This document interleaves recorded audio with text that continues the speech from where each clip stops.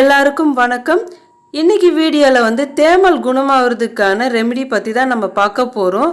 தேமல் குணமாகிறதுக்கு நம்ம ரெண்டு விதமான டிப்ஸ் இதல பார்க்க போறோம். சோ ஃபர்ஸ்ட் டிப்ஸ்க்கு தேவையான பொருட்கள் என்னன்னு பாத்தீங்கன்னா பூலான் கிழங்கு, ரோஸ் வாட்டர்.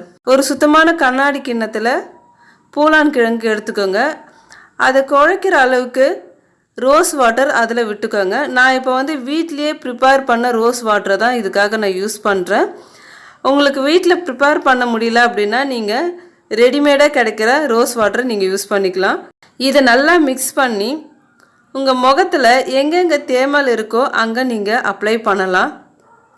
அப்படி இல்லைன்னா முகம் முழுவதும் கூட அப்ளை பண்ணாலும் இது எந்த விதமான பாதிப்பும் தராது.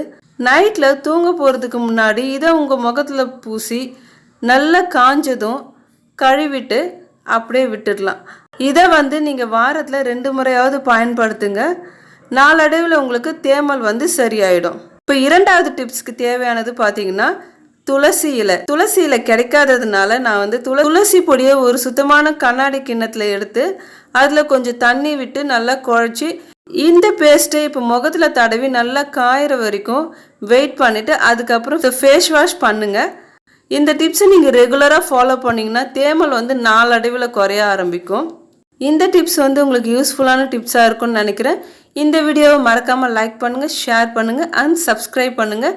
மீண்டும் அடுத்த வீடியோவில் சந்திக்கிறேன். நன்றி, வணக்கம்.